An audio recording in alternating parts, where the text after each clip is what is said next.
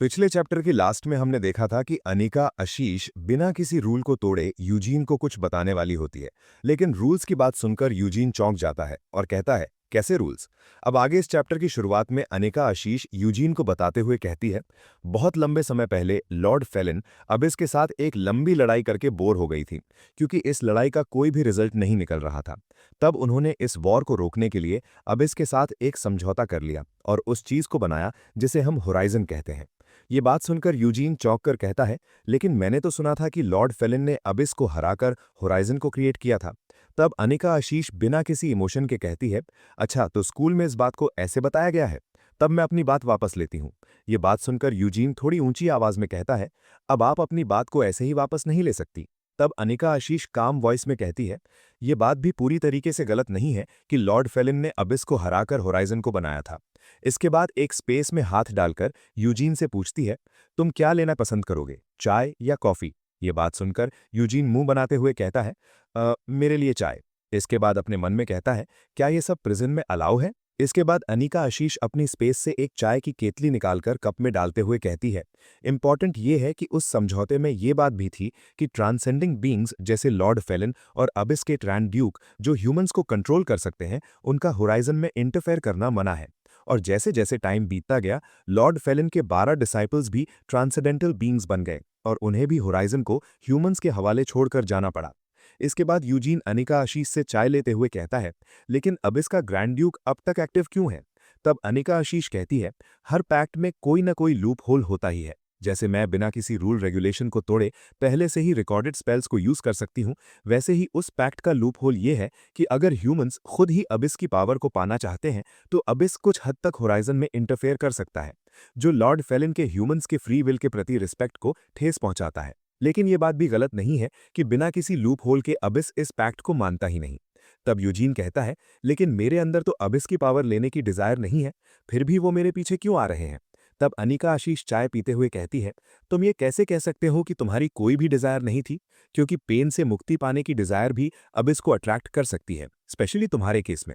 तुम्हारी past life का pen और सोल की डार्कनेस, ये सब जितना तुम इसके बारे में जानते हो उससे भी ज्यादा बड़ी है। ये बात सुनकर यूजीन सरप्राइज्ड होकर कहता है, अब मुझे समझ आया कि अबिस का ग्रैंड ड्यूक मेरे पीछे क्यों पड़ा है। इसके बाद अनिका आशीष आगे कहती है, जो पावर अबिस अपने उपासकों को देता है वो उनके सोल के पेन पर डिपेंड करता है। मतलब जिसके सोल का पेन जितना ज्यादा होगा उसे उतनी ही ज्यादा पावर मिलेगी। और बात रही वो तुम्हारे पीछे क्यों आ रहे हैं, तो इसका आंसर अब तक तुम्हें पता चल ही गया होगा कि तुम्हारी सोल उन्हें बहुत ज्यादा अट्रैक्ट कर रही है। और अगर वे लोग तुम्हें करप्ट करने में सक्सेसफुल हो गए और तुम्हें अब इसका वर्शिपर बना दिया, तो तुम आराम से एक अपोस्टल या चीफ एकोलाइट बन ही जाओगे। ये बात सुनकर यूजीन के पसीने छूटने लगते हैं। इसके बाद अनिका आशीष आगे कहती है, जैसा कि मैंने तुम्हें बताया था, वे लोग अपने शिकार को इतनी आसानी से नहीं जाने देते, इसलिए वे तुम्हारे लिए दोबारा वापस जरूर आएंगे। और अगर तुम्हें लेने के लिए अबिस ने किसी अपोस्टल या चीफ एकोलाइट को भेजा, तो ये एक प्रॉब्लम होगी, क्योंकि वे लोग इतने स्ट्रांग होते हैं कि अगर मैं अपनी पूरी पावर बिना किसी रिस्ट्रिक्शन के यूज करूं, तो ये नहीं कहा जा सकता कि कौन जीतेगा। अच्छा ये है कि तुम फिलीविया से हो, इसलिए तुम उनसे एक बार तो बच गए, लेकिन अगर उन्होंने दोबारा अटैक किया तो मैं इसकी गारंटी नहीं दे सकती कि मैं तुम्हें बचा लूंगी। ये बात सुनकर यूजीन के पसीने छूटने लगते हैं और वो डरते हुए अपने मन में कहता है, क्या वे लोग सीनियर के लेवल के हैं? तभी अनिका आशीष बिना किसी इमोशन को दिखाए चाय पीते हुए कहती है, इसलिए मैं ये सोच रही हूँ कि तुम्हें अपने कब्जे में लेकर कहीं छिपा कर रख दूं, तो तुम इसके बारे में क्या सोचते हो? तब यूजीन शॉक्ड होकर कहता है, प्लीज इस आइडिया को आप भूल जाइए सीनियर। तब अनिका आशीष नॉर्मल टोन में कहती है, क्योंकि मैंने तुमसे प्रॉमिस किया था, इसलिए मेरे पास कोई चॉइस नहीं है। तुमने अपनी एबिलिटीज को प्रूव किया है, इसलिए तुम आजाद हो और लगता है कि तुम्हारे पास कुछ अच्छे फ्रेंड्स भी हैं। ये बात सुनकर यूजीन खुश हो जाता है और चमकती आंखों से अनिका आशीष से पूछता है, क्या मैं जो आपने अभी अभी कहा ये बात अपने दोस्तों को बता सकता हूं? तब अनिका आशीष बिना किसी इमोशन के चाय पीते हुए कहती है, जो चाहे वो करो, मुझे इससे कोई फर्क नहीं पड़ता। इसके बाद यूजीन चाय का कप उठाकर मुस्कुराते हुए कहता है, तो अब मेज से तारीफ। ये बात सुनकर उन लोगों के होश ही उड़ जाएंगे। इसके बाद वो एक घूंट चाय पीता है और अगले ही पल पूरी चाय थूक देता है। ये देखकर अनिका आशीष कहती है, क्या तुम एक वेल हो? तब यूजीन चिल्लाते हुए कहता है, आखिर मैं वेल कैसे हो सकता हूँ, और सबसे जरूरी बात, इस चाय में कोई टेस्ट क्यों नहीं है? तब अनिका आशीष बिना इमोशन दिखाए कहती है, क्या सच में? मुझे तो कुछ टेस्ट ही नहीं आ रही। और माहौल को ऑकवर्ड करते हुए कहती है, शायद तुम सही हो, मैंने अपना सेंस ऑफ टेस्ट खो दिया है और मैं इसके बारे में लगभग भूल ही चुकी थी। ये बात सुनकर यूजीन ट्रॉमेटाइज्ड होकर अपने मन में कहता है, आखिर कोई ऐसी बात कैसे भूल सकता है। इसके बाद अनिका आशीष कहती है, और अब जब मैं इसके बारे में सोचती हूँ तो मेरे पेट का 30% पेन इस चाय को पीने के बाद ही शुरू होता है। फिर चुटकी बजाकर कहती है, आखिरकार आज एक और पजल सॉल्व हो ही गया। ये बात सुनकर यूजीन और भी चौंक जाता है और कहता है, कैसा पजल, और कोई ये सब कैसे भूल सकता है। तब अनिका आशीष कहती है, जैसा कि तुम देख सकते हो मेरी मेमोरी आती जाती रहती है। वैसे मैं इससे पहले किस चीज के बारे में बात कर रही थी। ये बात सुनकर यूजीन और भी ज्यादा निराश हो जाता है। तभी अनिका आशीष कहती है, मुझे याद आ गया, मैं तुम्हें ये बता रही थी कि अब इसका तुम्हारे पीछे पड़ने का रीजन तुम्हारी सोल का अट्रैक्टिव होना ही नहीं है, बल्कि इसके अलावा भी बहुत कुछ है। और तुम्हारा एक अबिस वर्शिपर बनना इस रियल इशू के सामने कुछ भी नहीं है। ये बात सुनकर यूजीन डरते हुए कहता है, रियल इशू। इसके बाद अनिका आशीष कहती है, रियल इशू ये है कि लॉर्ड फेलिन चाहती है कि तुम। इससे पहले कि अनिका आशीष कुछ और कह पाती, उसके ऊपर एक लाइटनिंग गिर जाती है, जिससे यूजीन बहुत ज्यादा चौंक जाता है और घबराते हुए कहता है, अचानक से ये सब क्या हो रहा है, और सीनियर क्या आप ठीक है। तब अनिका आशीष फिर से बिना किसी इमोशन के कहती है, मैं ठीक हूं, और लगता है कि मैं कोई ऐसा वर्ड बोलने जा रही थी जो रूल्स के खिलाफ है। टेंशन मत लो, ये मैंने ही सेट किया था, क्योंकि तुम मेरी मेमोरी के बारे में जानते ही हो, इसलिए मैंने ऐसे वार्निंग स्पेल्स लगाए हैं ताकि मैं रूल्स के खिलाफ कुछ न बोल दूं। इसके बाद अनिका आशीष यूजीन को और भी बहुत कुछ बताती है। तभी यूजीन अचानक बीच में ही उसकी बात रोकते हुए चिल्लाकर कहता है, आप कह रही हैं कि ऐसे और 2 वार्निंग्स में आप मर भी सकती हैं? तब अनिका आशीष नजरें छिपाते हुए कहती है, मेरी एक गलती मेरी जिंदगी से भी ज्यादा मायने रखती है। तब यूजीन कहता है, क्या? इसके बाद अनिका आशीष कहती है, मुझे माफ करना, यही रीजन है कि लॉर्ड फिलिन ने तुम्हें चुना है, लेकिन मैं अब तुम्हें और कुछ भी नहीं बता सकती। ये बात सुनकर यूजीन परेशान होते हुए कहता है, क्या सच में? लेकिन मैं बहुत ज्यादा क्यूरियस था। लेकिन फिलहाल के लिए इतना काफ़ी है, और आपका थैंक यू सीनियर, क्योंकि आपने मुझे आज बहुत कुछ सिखाया है। और मुझे लगता है कि मैंने गेस कर लिया है कि लॉर्ड फिलिन ने मुझे क्यों चुना है, क्योंकि मैं अपनी पिछली ज़िंदगी में एक अनफॉर्चुनेट चाइल्ड था, और इस ज़िंदगी में भी मैं बहुत मुश्किल से ही एक मेज बन पाया हूँ। ये बात सुनकर अनिका आशीष अपने मन में कहती है, यूनियन को अचीव करने के बाद भी तुम खुद को अनफॉर्चुनेट मानते हो। इसके बाद यूजीन हंसते हुए कहता है, लगता है कि लॉर्ड फिलिन ने ये सेकेंड लाइफ एक बहुत ही ज़्यादा दुखी बच्चे को गिफ्ट के तौर पर दी है। और पता नहीं क्यों यूजीन की ये बात सुनकर अनिका आशीष खुश हो जाती है, और इस पूरी सीरीज में पहली बार मुस्कुराते हुए कहती है, बिना कुछ जाने तो मुझसे भी ज्यादा जानते हो यूजीन।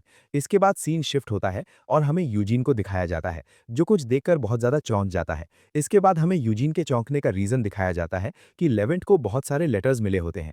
यूजीन सरप्राइज होकर कहता है, तुम तो कुछ ज्यादा ही पॉपुलर हो। लेकिन लेवेंट इसका कोई जवाब नहीं देता और कहता है, मेरा लैब में फेमस होने का क्या फायदा, जबकि मैं उसमें इंटरेस्टेड ही नहीं हूँ। और हमें दिखाया जाता है कि लोरोसी को भी कई सारे लेटर्स मिले होते हैं।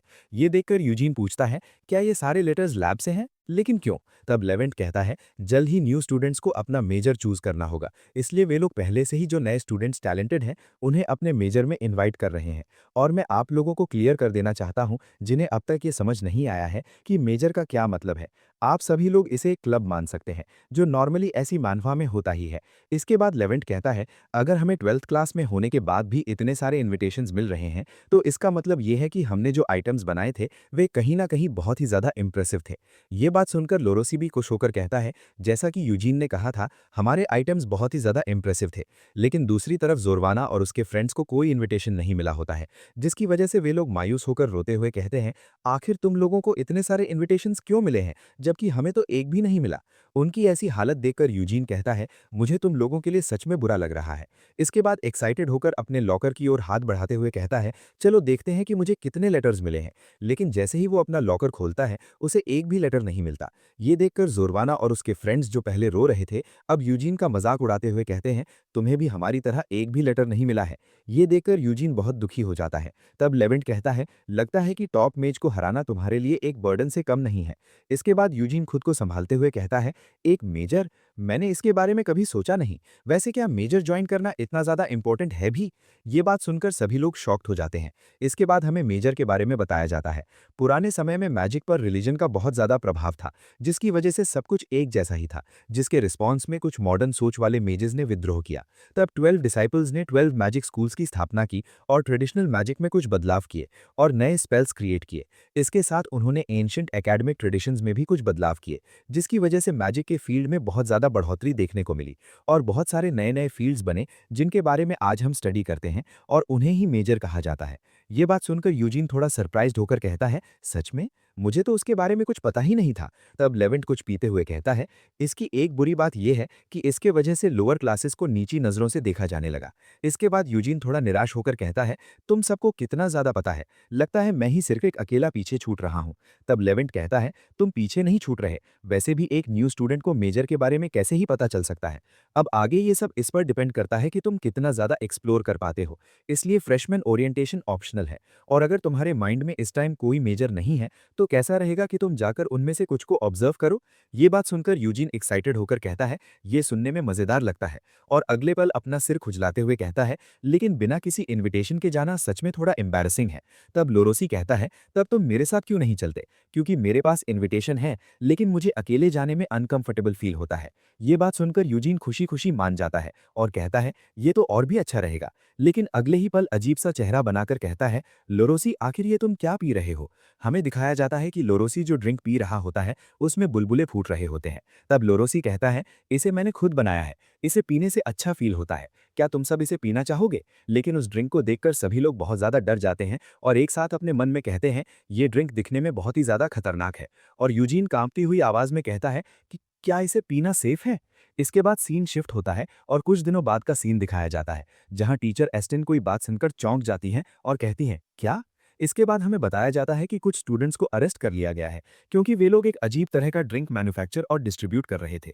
इसलिए वे लोग फिलहाल प्रिजन में हैं और हमें दिखाया जाता है कि वे और कोई नहीं बल्कि यूजीन और लोरोसी ही होते हैं। जेल के अंदर से यूजीन रोते हुए चिल्लाकर कहता है, ये एक मिसअंडरस्टैंडिंग है, प्लीज कोई मेरी बात तो सुनो। फिलहाल ये वीडियो यहीं पर खत्म होती है। अगर वीडियो अच्छी लगे तो वीडियो को लाइक करें, चैनल को सब्सक्राइब करें। मिलते हैं एक और नए वीडियो में, तब तक के लिए बाय बाय।